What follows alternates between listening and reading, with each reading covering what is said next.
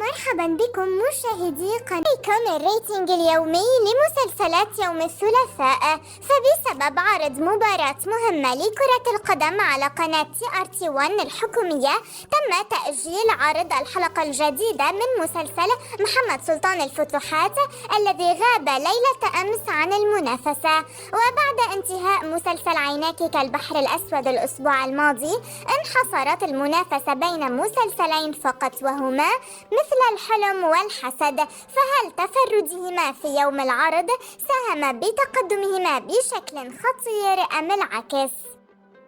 فالمركز الأول هذه المرة جاء فيه مسلسل الحسد، حيث سجلت الحلقة الجديدة 15 نسبة مشاهدة 4.96. للأسف الشديد شهدت انخفاضا جماعيا كبيرا، ويبدو أن غياب مسلسل محمد سلطان الفتوحات لم يكن له أي تأثير إيجابي على هذا المسلسل، بل العكس تماما، فالمباراة ساهمت بتراجع مشاهدته وتدنيها من 5 إلى 4.